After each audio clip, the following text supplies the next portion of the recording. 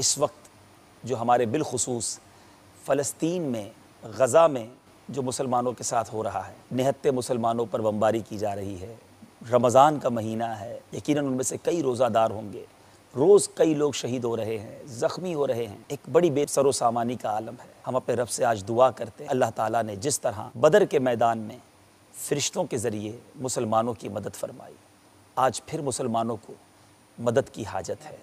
بڑی پریشانیاں ہیں، صرف فلسطین ہی میں نہیں بلکہ آج کئی ممالک میں، دنیا کے کئی ملکوں میں مسلمان بڑی پریشانی کا شکار ہیں، بہت ساری مصیبتیں ہیں۔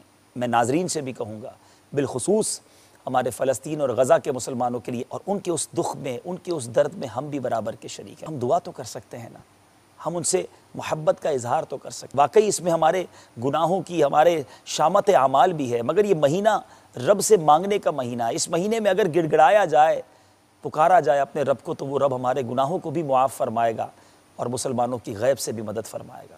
آقا کی بارگاہ میں بھی التجا ہے، اے خاصان رسول وقت دعا ہے، امت پہ تیری آ کے عجب وقت پڑا ہے۔ جو دین بڑی شان سے نکلا تھا وطن سے، جو دین بڑی شان سے نکلا تھا وطن سے، پردیس میں وہ آج غریب الغربا ہے، پردیس میں وہ آج غریب الغربا ہے، امت پہ تیری آ کے عجب وقت پڑا ہے۔ ڈر ہے کہیں یہ نام بھی مٹ جائے نا آخر،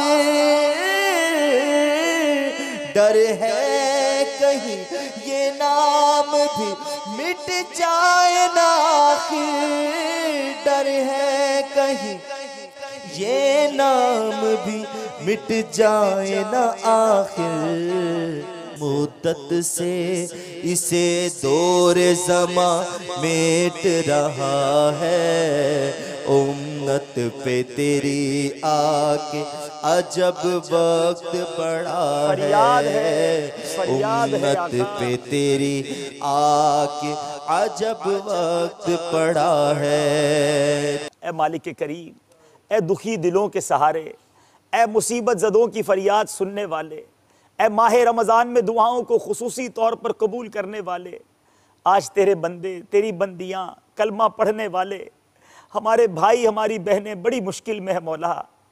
آج فلسطین کے مسلمان مولا تیری مدد کے منتظر ہیں۔ اے اللہ، اور بھی دنیا کے کئی ممالک میں، خود ہمارے وطن میں مسلمان بڑے پریشان ہیں۔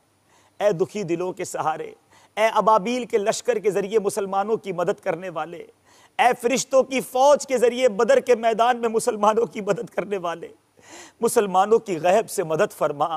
اے اللہ، جو لوگ، جو کفار مسلمانوں کو مٹانے کے درپے ہیں، انہیں نیست و نابود فرما دے۔ اے اللہ، عالم اسلام کا بول بالا فرما، دشمنان اسلام کا منہ کالا فرما۔ صلو علی الحبیب صلی اللہ تعالی علی محمد۔ مجھے اپنی اور ساری دنیا کے لوگوں کی اصلاح کی کوشش کرنی ہے۔